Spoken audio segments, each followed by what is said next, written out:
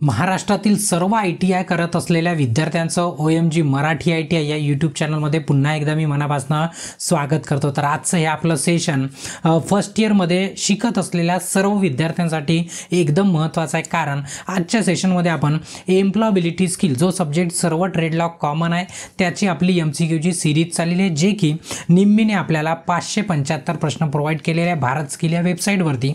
तेच आपल्या CBT परीक्षेमध्ये येतं, त्याची सिरीज चांगली ते आपल्या मातृभाषेत म्हणजेच मराठीमध्ये, कारण पेपर पण आपला कशामध्ये येतो मराठीमध्येच। ठीक आहे, आपला आजचा 13वा क्लास आहे, याच्यापूर्वी ऑलरेडी आपण 12 क्लास कव्हर केलेले आहे आणि आजच्या या क्लासमध्ये आपण 5व्या चॅप्टरला कंटिन्यू करणार आहे। ऑलरेडी आपण काही प्रश्न कव्हर केलेले आहे आणि जे ग्रीन कलरमध्ये दिलेले आहे ते चॅप्टर ऑलरेडी आपले झालेले आहे, म्हणून आपला आजचा 13वा क्लास आहे। याच्या पहिलेचे जर तुम्हाला सेशन बघायचे असणार किंवा क्लास बघायचे असणार तर तुम्हाला प्लेलिस्टमध्ये जाऊन बघावं लागेल। प्लेलिस्ट कुठे मिळणार त्याची लिंक मी तुम्हाला डिस्क्रिप्शनमध्ये दिलेली आहे किंवा चॅनलवरती जाऊन पण बघू शकता। आणि तुम्हाला संपूर्ण PDF मराठी आणि इंग्लिश या भाषेमध्ये जर डाउनलोड करायची असणार त्याची पण लिंक मी तुम्हाला डिस्क्रिप्शनमध्ये दिलेली आहे, तिथनं काय करू शकता तुम्ही डाउनलोड करू शकता। आणि जर तुम्ही चॅनलवरती नवीन असाल तर आठवणीने चॅनलला काय करा, सबस्क्राइब करा आणि बेल आयकॉन दाबून ऑल नोटिफिकेशन ऑन करा, जेणेकरून जेव्हा केव्हा मी या प्रकारचा नवीन व्हिडिओ अपलोड करणार तर तुम्हाला त्याचं नोटिफिकेशन यायला हवं। ठीक आहे, चला बोलूया मग आपल्या मेन विषयाकडे।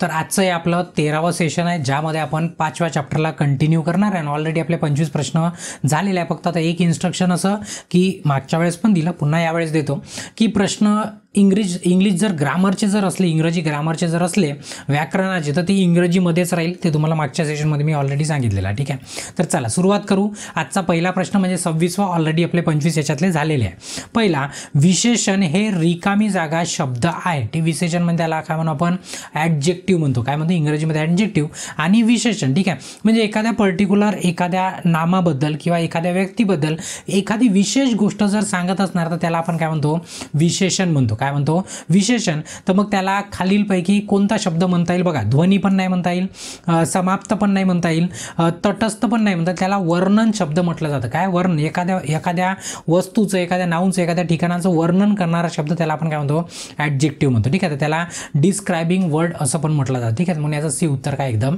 परफेक्ट आहे। ठीक आहे, चला नंतरचा आहे आता बघा, describing word add more information to the रिकामी जागा। आता नेमकं डिस्क्रायबिंग वर्ड मी आत्ताच सांगितलं, ॲक्च्युली या प्रश्नाचं उत्तर ऑलरेडी दिलं मी, की डिस्क्रायबिंग वर्ड जो असतो तो काय करतो, वर्णन करणारा। कोणाचं वर्णन करतो, तो पर्टिक्युलर जो नाऊन आहे किंवा तो व्यक्ती म्हणजे ज्याचं नाव आहे, ठिकाण आहे, म्हणजे नेमिंग वर्ड आहे, त्याचं काय करतो, डिस्क्रिप्शन करतो, त्याला आपण काय म्हणतो, डिस्क्रायबिंग वर्ड असं म्हणतो। ठीक आहे, म्हणजे त्याला काय झालं, नेमिंग वर्डचं सांगतो। जसं एखादा खूप मोठा पहाड आहे किंवा एखाद्या टेकडीचं नाव असणार तर ती टेकडी खूप मोठी आहे, तर खूप मोठी आहे म्हणजेच काय झालं, त्याचं डिस्क्रिप्शन झालं। एखादा रंग काळा आहे, पिवळा आहे, निळा आहे, काय झालं त्याचं डिस्क्रिप्शन। लहान आहे, मोठा आहे, ते त्याचं काय झालं, डिस्क्रिप्शन झालं। ठीक आहे, पण कोणाचं, त्या पर्टिक्युलर वस्तूचं नाव असणार त्या नावाचं तिथं डिस्क्रिप्शन दिलं जातं। ठीक आहे, म्हणून त्याचं हे उत्तर काय एकदम परफेक्ट आहे। त्याच्यानंतर आहे बघा, हा रिकामी जागा चाकू आहे, योग्य विशेषण भरा। आता त्याचं विशेषण भरायचं आहे, पण याला जर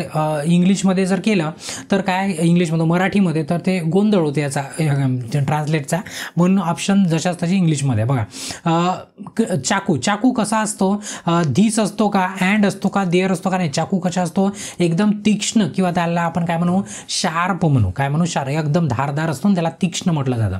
तीक्ष्ण म्हणजे शार्प असतो चाकू। तर इथं जो ॲडजेक्टिव्ह येणार कोणता येणार, शार्प हा ॲडजेक्टिव्ह येणार। कोणता येणार, शार्प। म्हणजे काय, चाकू तर आहे, हा माझ्या हातामध्ये चाकू आहे, पण कसं आहे, बोचट आहे की धारदार आहे, ते त्याचं काय झालं, ॲडजेक्टिव्ह झालं, म्हणजेच काय झालं, त्याचं विशेषण झालं। नाही, कसं आहे, धारदार आहे, कसं आहे, धारदार, म्हणून याचं B उत्तर काय झालं, एकदम परफेक्ट झालं। त्याच्यानंतरचा प्रश्न आहे की समुद्र निळा आहे, या वाक्यात रिकामी जागा विशेषण काय आहे बघा। समुद्र म्हणजे काय झालं माहिती आहे, समुद्र म्हणजे पाणी साचलेलं आहे, ते त्याचं नाऊन झालं, त्याचं नाव झालं समुद्र। पण कसं आहे समुद्र, तर समुद्र कसा आहे, निळा आहे। कसा आहे, निळा, म्हणजे त्याचं काय झालं, त्याचं ते विशेषण झालं, विशेष खासियत झाली त्याची। ठीक आहे, तर त्याला आपण काय म्हणू, कसं आहे, निळा आहे, हे काय झालं त्याचं विशेषण, म्हणून याचं D उत्तर काय एकदम परफेक्ट आहे। ठीक आहे, त्याच्यानंतर अर्जुनने मोठ्या भांड्यात पाणी भरले। ठीक आहे, आता लक्षात घ्या, कोणी भरले? अर्जुननी भरले. काय भरले? पाणी भरले. आणि कुठे भरले? भांड्यात भरले. किती भरले? तर मोठं भरलं. मोठं म्हणजे खूप सारं भरलं. ठीक आहे, तर असे त्याचे तुकडे तुकडे असतात, असं मिळून एक सेंटेन्स म्हणतो आपलं. ठीक आहे, प्रश्न काय म्हणतो? या वाक्यात वर्णन करणारा शब्द कोणता आहे? आता बघा, वर्णन करणारा अर्जुन वर्णन नाही करताय. भांड्यात म्हणजे तेही एक नाव झालं, अर्जुन पण एक नाव झालं, पाणी पण एखाद्या वस्तूचं नावच झालं. ठीक आहे, पण याच्यामध्ये जो मोठ्या भांड्यात भरला आहे, त्यानं कशा भरला आहे? मोठ्या म्हणजे लार्ज भांड्यामध्ये त्यानं भरला आहे. फिल केला वॉटर कुठे? लार्जवाल्या भांड्यामध्ये. म्हणजे ते काय झालं? त्याचं वर्णन झालं त्या भांड्याचं. बरोबर आहे, म्हणजे त्याचं उत्तर काय राहील? लार्ज राहील. म्हणजे हा काय झाला? शब्द कोणता झाला? वर्णन करणारा शब्द झाला, म्हणून याचं हे उत्तर काय एकदम परफेक्ट आहे. त्याच्यानंतरचा प्रश्न आहे, वाक्यातील विरामचिन्हांचा अर्थ रिकामी जागा समजायला लावतो. म्हणजेच काय की एखादा सेंटेन्स लिहिला आणि बरोबर तिथं फुल स्टॉप आहे, क्वेश्चन मार्क आहे, एक्सक्लेमेटरी मार्क आहे, कॉमा आहे, काय दिलेलं आहे त्याच्यावरून आपण काय करतो? बरोबर त्याचा परफेक्ट अर्थ आपल्याला कळते, म्हणजे स्पष्ट अर्थ कळते आपल्याला. म्हणजे वाक्यामध्ये जर विरामचिन्ह वापरले कोणते, कधी फुल स्टॉप दिसतं, कधी तुम्हाला कॉमा दिसतो, कधी तुम्हाला इन्व्हर्टेड कॉमा दिसतो. ठीक आहे, आता हे पंक्च्युएशनमध्ये नाही येणार. त्याच्यानंतर एक्सक्लेमेशन मार्क दिसतो, कधी क्वेश्चन मार्क दिसतो. बरोबर आहे, याच्यावरून आपल्याला काय ते अंदाज येते, समजायला पण स्पष्ट जाते का बोलत काय, बोलायचं अर्थ काय. तर ठीक आहे, मग समजायला लागते काय? संदिग्ध नाही, अस्पष्ट नाही, विचार नाही, स्पष्ट. ठीक आहे, स्पष्ट समजायला लागते, म्हणजे त्याचा अर्थ एखाद्या सेंटेन्सचा काय होते पूर्णपणे आपल्याला क्लिअरली समजते. कशाने? त्याला इंग्लिशमध्ये पंक्च्युएशन म्हटलं जातं आणि आपल्या याच्यामध्ये विरामचिन्ह म्हटलं जातं. ठीक आहे, म्हणजे याचं डी उत्तर काय झालं? एकदम परफेक्ट झालं. त्याच्यानंतरचा प्रश्न आहे, वाक्याची सुरुवात रिकामी जागा अक्षराने व्हायला हवी. आता एकदम सोपा प्रश्न आहे. प्रत्येक वाक्याची सुरुवात आपण काय करतो? कॅपिटलनी करतो. इथं प्रश्न पण बघाल तुम्ही तर बरोबर द चा टी काय केला आपण? कॅपिटल. असंही काही लिहित असताना पहिला अक्षर आपण इंग्रजीचा काय लिहितो? कॅपिटलच लिहितो. म्हणजे याचं हे उत्तर काय झालं? एकदम परफेक्ट, एकदम सोपं आहे. ठीक आहे, वाक्यात रिकामी जागा दाखवण्यासाठी स्वकल्पविराम. ठीक आहे, अल्पविराम पाहिजे होतं, सॉरी, अल्पविराम पाहिजे होतं, स्वल्पविराम असं पाहिजे होतं, ते थोडंसं समजून घ्याल तुम्ही. ठीक आहे, स्वल्पविराम म्हणजेच त्याला आपण काय म्हणतो? कॉमा म्हणू. काय म्हणू आपण? कॉमा म्हणू. कॉमा वापरला जातो. आता कॉमा वापरला जातो कुठे वापरला जातो? पूर्णविरामच्या ठिकाणी, जोडीच्या ठिकाणी का ब्रेकच्या ठिकाणी. जसं तुम्हाला जर एखादा सेंटेन्स आहे मध्ये जर असा कॉमा दिला आहे तर बोलता बोलता आपण काय करतो? थांबतो आणि मग पुन्हा बाकीचे सेंटेन्स चालू करतो. म्हणजे त्या एकाच वाक्यामध्ये जर ब्रेक द्यायचा असला तर आपण काय करतो? कॉमा देतो. काय देतो आपण? कॉमा देतो. तर म्हणून याचं काय करतो? तो ब्रेक देतो. म्हणजे याचं सी उत्तर काय झालं? एकदम परफेक्ट झालं. ठीक आहे, त्याच्यानंतर Sita want to ask Nina about her summer plan. ठीक आहे, एवढं सेंटेन्स आपलं. Choose the correct answer. ठीक आहे, आता इथं काय म्हटलं आहे? सीताला विचारायचं आहे. कोणाला विचारायचं आहे? सीता आस्क टू नीनाला तिला विचारायचं आहे की तुझा समरचा प्लॅनिंग काय आहे. तर मग खालचं सेंटेन्स शोधा. बरोबर शोधा म्हणजे कोणतं सेंटेन्स बरोबर आहे बघा. काय? नीनाला विचारायचं आहे की तुझा प्लॅनिंग काय समरमध्ये, उन्हाळ्यामध्ये काय मामाच्या गावाला जायचं ठरवलं की काही वेगळा प्लॅनिंग आहे बा, असं विचारायचं. सेंटेन्स परफेक्ट कोणता आहे बघा. नीना इज युअर प्लॅन, हे काही बसत नाही बरोबर. नीना कॉमा दिला, what is your summer plan, म्हणजे नीना तुझा उन्हाळ्यामध्ये काय प्लॅन आहे, असं तो काय झालं? सेंटेन्स झालं. ठीक आहे, समर प्लॅन. ठीक आहे, म्हणजे याचं बी उत्तर काय झालं? एकदम परफेक्ट. सेंटेन्स तसंही तुम्ही बघाल तर व्यवस्थित सेंटेन्स बीवालाच दिसतंय तुम्हाला, असंही तुम्ही समजून घेऊ शकता, मारू शकता बी. ठीक आहे, त्याच्यानंतर आहे add comma wherever it is necessary. ठीक आहे, जेव्हा गरज आहे तेव्हा आपण कॉमा लावतो. आफ्टर द मीटिंग लावतो नाही, कॉमा लावा म्हणता. ठीक आहे, म्हणजे इथं काय म्हणताय? Add comma wherever it is necessary. म्हणजे इथून आता तुमचा समोरचा प्रश्न आहे. ठीक आहे, म्हणजे प्रश्न म्हणजे हे सेंटेन्स आहे. After the meeting we will go out. ठीक आहे, आता इथे एक सेंटेन्स लिहिला आहे, याच्यामध्ये बरोबर कॉमा लावायचा आहे. कॉमा कुठं लावाल? ठीक आहे, पहिलं बघा, आफ्टर म्हणल्यावर थांबणार आहोत आपण, नंतर मग थांबायचं, मग म्हणायचं मीटिंग नंतर, मग पुन्हा भेटू. ठीक आहे, किंवा मग जाऊ आपण. तर हे काय आपलं बरोबर बसत नाही. ठीक आहे, दुसरं जर बघाल, आफ्टर द मीटिंग म्हणजे मी म्हणू शकतो आफ्टर द मीटिंग थांबलो, म्हणजे मीटिंग नंतर वी विल गो आउट म्हणजे आपण काय करणार? आपण चालले जाऊ किंवा जाऊ कुठं जाऊ, पिक्चर पाहू, काय पाहू, तो नंतरचा विषय. ठीक आहे, पण इथं बरोबर आफ्टर द मीटिंग, इथं बरोबर तुमचा कॉमा लागला आणि एकदम परफेक्ट आहे तुमचं बी सेंटेन्स. ठीक आहे, तर तुम्हाला हे प्रॅक्टिसने येऊ शकते किंवा तुम्हाला हे लक्षात घ्यावं लागेल. ठीक आहे, कारण की बघा आफ्टर द असं थांबत नाही आपण आणि इथं तर कॉमा दिलाच नाही. ठीक आहे, त्याच्यामुळे बरोबर बी ऑप्शन काय झाला? एकदम परफेक्ट झाला. त्याच्यानंतर आहे वाक्य रिकामी जागा आहे. वाक्य म्हणजे सेंटेन्स. ठीक आहे, सेंटेन्स काय असतं? संपूर्ण अर्थासह शब्दांचा समूह. म्हणजे खूप सारे शब्द असतात आणि त्याचा एकदम छान अर्थ बनतो. एकदम छान काय बनतो? अर्थ बनतो. म्हणजे प्रत्येक वेळेस छान नाही असणार, कधी कधी छान नसतं, पण त्याचा अर्थ असतो काही नाही काही. बरोबर आहे. असे सर्व शब्द मिळून एखादा म्हणजे असा ग्रुप बनून जो मिळतो ना, त्याला आपण काय म्हणतो? वाक्य म्हणतो. म्हणजे याचं हे उत्तर काय एकदम परफेक्ट आहे. ठीक आहे, चला नंतरचा प्रश्न आहे, एक घोषणात्मक वाक्य आम्हाला काही माहिती किंवा स्पष्टीकरण सांगते, मग हे रिकामी जागा ने समाप्त होते. आता तुम्हाला विचारलं आहे की घोषणात्मक वाक्य कोणतं आहे, त्याला आपण काय म्हणू? डिक्लेरेटिव्ह सेंटेन्स म्हणू आपण. घोषणात्मक वाक्य कोणतं? म्हणजे मी एखादी घोषणा करून टाकली. मी म्हटलं की आज आपल्या ॲपवरती एवढा ऑफर आहे. ठीक आहे, मग तिथं काय लावतो मी? फुल स्टॉप देतो. काय देतो? फुल स्टॉप. म्हणजे काय? मी घोषणा करून टाकली. घोषणामध्ये ना तुम्ही कॉमा देऊ शकत, ना क्वेश्चन मार्क देऊ शकत, ना एक्सप्लेनेशन मार्क देऊ शकत. तुम्ही काय करू शकता? घोषणामध्ये फुल स्टॉपच देऊ शकता. काय करू शकता? फुल स्टॉप देऊ शकता. म्हणजे याचं सी उत्तर काय झालं? एकदम परफेक्ट झालं. त्याच्यानंतरचा प्रश्न आहे, उद्गारवाचक वाक्य रिकामी जागा ने समाप्त होत्या. उद्गारवाचक म्हणजे आपण त्याला काय म्हणतो? एक्सक्लेमेटरी मार्क म्हणतो. ठीक आहे, ते एक्सक्लामेशन मार्कने काय होते? संपते. आता उद्गारवाचक नेमकं काय? जसं म्हणतो ना आपण, वाव किती मस्त दिसत आहे असं म्हणतो ना. वाव म्हणजे नंतर नाही का तुम्हाला असा एक मार्क दिसतो. ठीक आहे, म्हणजे काय की हा काय झाला? आपला उद्गारवाचक झाला. वाक्यच काय झालं? आपलं उद्गारवाचक. तर त्याला एक्सक्लामेटरी मार्क असं म्हटलं जातं. म्हणजे याचं डी उत्तर काय झालं? एकदम परफेक्ट झालं. ठीक आहे, त्याच्यानंतर आहे बघा पुन्हा वा आला. उद्यानातील फुले सुंदर आहे. वाव लावलं आणि इथं काय लावलं आपण? एक्सक्लामेशन मार्क लावलं. हे वाक्य कोणतं आहे? एकदम सोपं. एक्सक्लामेशन म्हणजे उद्गारवाचक वाक्य. एकदम सोपं, काही त्याच्यामध्ये दिमाग लावायची पण गरज नाही आहे. ठीक आहे, त्याच्यानंतर आता बघा हा प्रश्न थोडासा लक्षपूर्वक आहे का? कारण की का बरं मी याला रंगीबेरंग केलं ते सांगतो मी. बघा, पोलीस त्याच्या गुन्ह्याबाबत चौकशी करत आहे. ठीक आहे, करत होते. ठीक आहे, करत होते चौकशी. इन्व्हर्टेड कॉमा संपला. हे वाक्य कोणत्या प्रकारचे वाक्य आहे असं विचारलं आहे. आता मी याला का बरं हायलाईट केलं ते सांगतो मी तुम्हाला. आता कसं झालं की पोलीस गुन्हेगाराला चौकशी करत आहे. चौकशी करता म्हणजे प्रश्न वगैरे विचारत असेल तर कुठं चोरी केली, कुठं गेला होता असं. पण इथं म्हणजे मी का बरं हायलाईट केलं? कारण की आपलं तुम्हाला माहिती आहे हिंदी पण एक चॅनल आहे ओपन माइंड गुरुजी. बरोबर आहे, सर्वांना माहीत आहे. त्याच्यावरती ऑलरेडी आपण अपलोड केलेलं आहे, सर्वच्या हिंदीमध्ये आहे. तर तिथे बऱ्याच विद्यार्थ्यांना कन्फ्युजन होतं की मी सांगितलं होतं की हे डिक्लेरेटिव्ह घोषणात्मक एक सेंटेन्स आहे.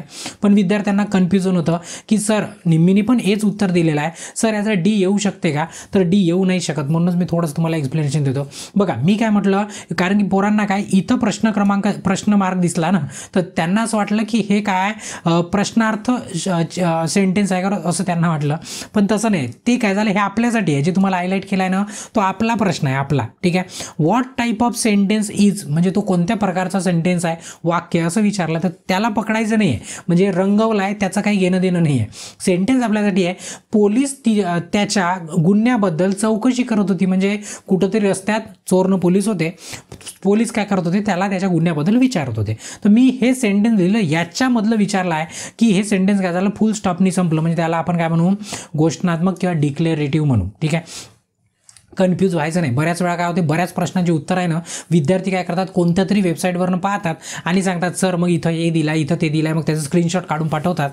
सर्वात लक्षात घ्या, ह्या ज्या गव्हर्नमेंटच्या वेबसाईट आहे ना, याच्यावर जे लिहिलं असणार ते सत्य याच्यावर लिहिलं. कारण की तिथनंच काय करतो, प्रायव्हेटवाल्या वेबसाईट काय करतात, तिथनंच डाटा घेतात. आता प्रायव्हेटवाल्या वेबसाईट कोणत्या ते सांगतो, ओळखायचं कसं तेही सांगतो. आता बघा सिलेबसचा पार्ट नाही आहे, पण मी जाणून तो मधामध्ये ठेवला. कारण विद्यार्थी काय करतात, एक NCVT ऑनलाईन नावाची एक वेबसाईट आहे. कारण की NCVT दिसलं पोरांना वाटे अरे नाही हे गव्हर्नमेंटचं आहे. ठीक आहे, कारण NCVT MIS नावाची आपली वेबसाईट आहे.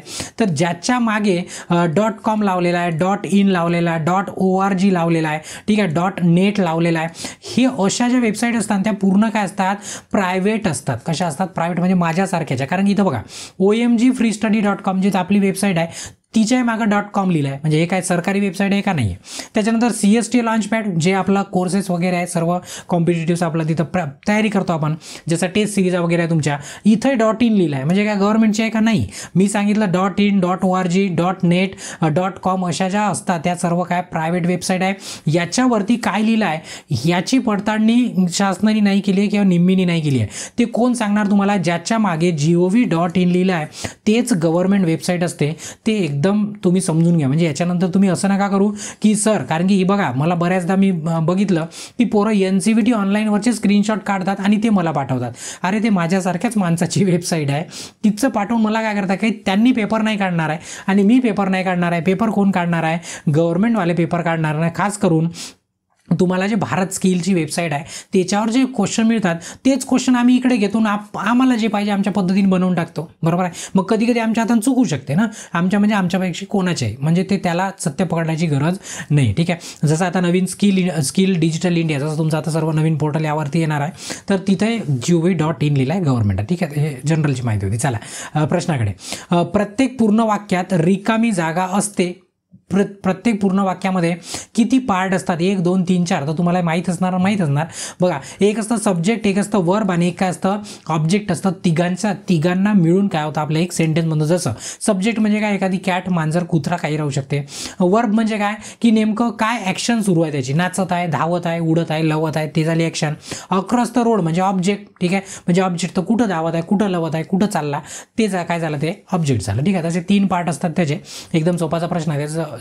सी उत्तर काय झालं, एकदम परफेक्ट झालं. त्याच्यानंतर आहे द रिकामी जागा is what or hmm A sentence is about. ठीक आहे. आता बघा, द रिकामी जागा याच्यात काय भरायचं आहे तुम्हाला, की तो काय देतो, व्हॉट म्हणजे काय किंवा हुम म्हणजे कोणाबद्दल ते सर्व सांगते. त्याला आपण काय म्हणतो, त्याला सब्जेक्ट म्हणतो. आपण काय म्हणतो, सब्जेक्ट म्हणतो. म्हणजे सब्जेक्ट काय, व्हॉट म्हणजे काय ते पण सांगते, हुम म्हणजे नेमकं कोणाबद्दल सांगताय, काय आहे त्या सेंटेन्समध्ये ते सर्व काय सांगतो, सब्जेक्ट आपल्याला कळवून देतो. काय करून देतो, सब्जेक्ट. ठीक आहे. कोणाबद्दल आहे ते माहीत करतो. म्हणजे याचं हे उत्तर काय झालं, एकदम परफेक्ट. त्याच्यानंतर आहे वाक्याचा योग्य क्रम रिकामी जागा आहे. आत्ताच मी तुम्हाला सांगितलं काय, सर्वात पहिले सब्जेक्ट, मग वर्ब आणि मग काय ऑब्जेक्ट. म्हणजे काय, मांजर धावत आहे आणि कुठं तर रस्त्यावर, म्हणजे काय झालं, एकदम योग्य सिक्वेन्स झाला. म्हणजे याचं हे उत्तर काय झालं, एकदम परफेक्ट झालं. ठीक आहे. त्याच्यानंतरचा प्रश्न आहे, बघा आता मी याला जाणून 2 रंगात केलं, पोरांना कन्फ्युजन होते म्हणून. बघा, Radha has learn how to write a sentence. Radha शिकत आहे सेंटेन्स कसं लिहायचं. ठीक आहे.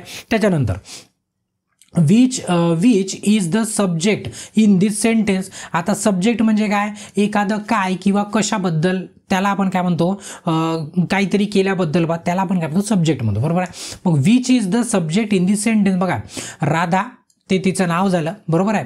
नाव झालं आणि तेच नाव म्हणजे आता बघा कोण का करत आहे, कोणाबद्दल चाललं. बघा, learn how to write sentence कसं लिहायचं ते शिकत आहे. कोण शिकत आहे, कोणाबद्दल आहे सर्व, ते आहे राधाबद्दल. कोणाबद्दल आहे, राधाबद्दल. म्हणजे इथं राधा काय होणार, तुमची ऑब्जेक्टिव्ह होणार. तर बघा, लर्न हाऊ आणि सेंटेन्स नाही, राधा काय होणार आपलं, सॉरी ॲडजेक्टिव्ह नाही, त्याला आपण काय म्हणतो, सब्जेक्ट झाली. ती काय झाली, सब्जेक्ट झाली. ठीक आहे. म्हणजे राधा सब्जेक्ट. याचं डी उत्तर काय झालं, एकदम परफेक्ट झालं. ठीक आहे. त्याच्यानंतरचा प्रश्न आहे चूज द करेक्ट सेंटेन्स. योग्य सेंटेन्स तुम्हाला ओळखायचा आहे.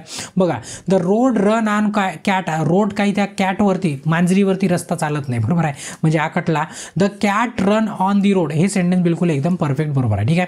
कॅट रोड रन याचा काही अर्थ नाही बनत. Run on the road cat याचा एक अर्थ नाही बनत. ठीक आहे. म्हणजे बी सेंटेन्स काय झालं, एकदम परफेक्ट झालं. त्याच्यानंतरचा आहे माहिती मिळवण्याचा सर्वात प्रभावी मार्ग म्हणजे रिकामी जागा. जर तुम्हाला माहिती मिळवायची आहे तर बेस्ट उपाय काय, तुमचं इंस्टाग्राम लावून किंवा तुमचे शॉर्ट्स बघून ते मिळणार आहे का, माहीत होणार आहे का नाही. तुम्हाला काय करावं लागेल, राईट करून माहीत होणार नाही, तुम्हाला बोलून पण माहीत होणार नाही, तुम्हाला वाचावं लागेल. वाचल्याने काय होते, बऱ्याचशा गोष्टी आपल्याला माहीत होते. मग ते कुठूनही वाचा. ठीक आहे. आणि कुठूनही तुम्ही पाहू शकता. ठीक आहे. चालेल. त्याचं उत्तर सी बिलकुल बरोबर. त्याच्यानंतर आहे पोस्टर रिकामी जागा वापरून माहिती सादर करते. आता तुम्ही पोस्टर वगैरे बघितले खूप सारे. एखाद्या पिक्चरचं जरी पोस्टर असलं तर त्या पोस्टरकडे पाहून एक आपण अंदाज लावू शकतो. काय अंदाज लावू शकतो, की नेमका पिक्चरची स्टोरी कशी असणार किंवा याच्यामध्ये नेमकं काय आहे ते कुठनं माहीत होते आपल्याला. त्याच्या कादंबरी कथावरून काय, पोस्टरवरून माहीत होते का आपल्याला नाही. पोस्टरमध्ये प्रतिमाने जे रंगीबेरंगी रंग लावले आहे तिथनं आपल्याला समजते की नेमकं या पिक्चरमध्ये काय आहे, त्या पोस्टरवरून आपल्याला समजून जाते. म्हणजे इमेज आणि कलरचा वापर करून माहिती तिथं सादर केली जाते. ठीक आहे. म्हणजे याचं सी उत्तर काय झालं, एकदम परफेक्ट झालं. त्याच्यानंतर आहे चिन्ह आपल्याला रिकामी. चिन्ह म्हणजे ते पोस्टरसारखंच झालं. द्वारा माहिती दे. चिन्ह पण कशाने देते, बघा आता याच्यामध्ये रंग पण आला मगासारखा आणि इमेज पण आला आणि पोस्टर पण आला. म्हणजे मगाचे शब्द आले याच्यामध्ये, वर्ड नाही आला. पण प्रतिमेद्वारे आपल्याला काय करते, जे आपले सिम्बॉल वगैरे असतात प्रतिमेद्वारे आपल्याला काय देते, ते माहिती देते. म्हणजेच प्रतिमा म्हणजेच आपण काय त्याला म्हणू, इमेज म्हणून. ठीक आहे. म्हणजेच बी उत्तर काय झालं, एकदम परफेक्ट झालं. त्याच्यानंतरचं आहे यशने रिसायकल चिन्ह असलेली बॅग खरेदी केली. रिसायकल म्हणजे काय, असं चिन्ह असते त्याच्यावरती, म्हणजे ती वस्तू पुन्हा डबल आपण त्याला वापरू शकतो. जसं प्लास्टिकच्या वस्तू असतात त्याला रिसायकल करता येते, म्हणजे काय, त्याचा पुनर्वापर करता येते. काय करता येते? पुनर्वापर. असं त्याच्या बॅगवरती चिन्ह आहे, म्हणजे त्या बॅगला पुन्हा वापरता येते, पुन्हा त्याचा काहीतरी नवीन आयटम बनवता येते. तर बॅग जुनी झाल्यावर त्याने काय करायला पाहिजे? पहिला, पेटवून बिलकुलच द्यायला नाही पाहिजे, कारण तिचा पुन्हा वापर करता येते. नदीत फेकून द्यावा? बिलकुलच नाही. मातीत टाकावे? बिलकुलच नाही. पण त्याने काय करावं? पुनर्वापर करता येण्यायोग्य वस्तूमध्ये त्याची विल्हेवाट लावावी. म्हणजे कुठे टाकायचं? जसं ते तुम्ही डस्टबिन वगैरे बघता ना, सरकारी ज्या राहते तिथं म्हणा किंवा कुठे तुम्ही बघाल, वेगळ्या वेगळ्या रंगाच्या असतात. एक रिसायकलवाली डस्टबिन असते, म्हणजे रिसायकलवाल्या वस्तू त्याच्यामध्ये टाकायच्या, म्हणजे जेणेकरून त्या वस्तूचं विघटन करण्याच्या व्यतिरिक्त त्याचं पुन्हा काहीतरी नवीन वस्तूमध्ये म्हणा किंवा नवीन प्रकारामध्ये त्याचं रूपांतरण करून त्याला पुन्हा वापरता येते. म्हणजे प्रदूषण काय होते? कमी होते. म्हणजे याचं डी उत्तर काय झालं? एकदम परफेक्ट झालं. ठीक आहे. त्याच्यानंतर आहे, राज मैसूरच्या दिशेने गाडी चालवत होता.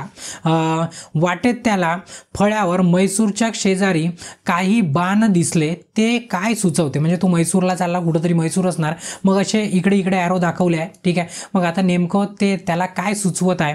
बघा, दिशा, नकाशा, मार्ग आणि काही नाही. बघा, नकाशाचा तर विषय नाही बघता. आता मार्गामध्ये तुम्हाला कन्फ्युजन होऊ शकते, पण मार्ग ऑप्शन सिलेक्ट करू नका. काय करा, ते दिशा दाखवते, पर्टिक्युलर एक डायरेक्शन दाखवते की इकडे पलटलं तर कोणता गाव येते, इकडे दिल्ली येते, इकडे मुंबई येते, अशासारखं काय करतात तिथं डायरेक्शन दिलेली असते. मग त्याला आपण डायरेक्शन म्हणजे आपण काय म्हणतो? दिशा म्हणतो, म्हणजे ॲरो दिलेलं असते ते. ठीक आहे. म्हणजे याचं हे उत्तर काय झालं? एकदम परफेक्ट झालं. हा कितवा प्रश्न होता आपला?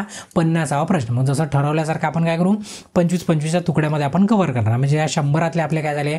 50 प्रश्न इथं संपले. बाकीच्या याच्या नंतरला काय करू? आपण कंटिन्यू करू. ठीक आहे. मग आता त्यापूर्वी तुम्हाला काय करायचं आहे? जर तुम्हाला व्हिडिओ आवडला तर आठवणीने व्हिडिओला लाईक करा आणि तुमच्या मित्रांपर्यंत शेअर करा. तुमच्या मनामध्ये काही प्रश्न असतील तर तुम्ही कमेंटद्वारे सादर करू शकता. आणि अजूनपर्यंत जर तुम्ही चॅनलला सबस्क्राईब नसेल केलं तर आठवणीने चॅनलला सबस्क्राईब करा आणि याच्यानंतरचा नेक्स्ट व्हिडिओ बघण्याकरता नेक्स्ट व्हिडिओ ती क्लिक करून बघू शकता. तोपर्यंत ब्रेक घेतो.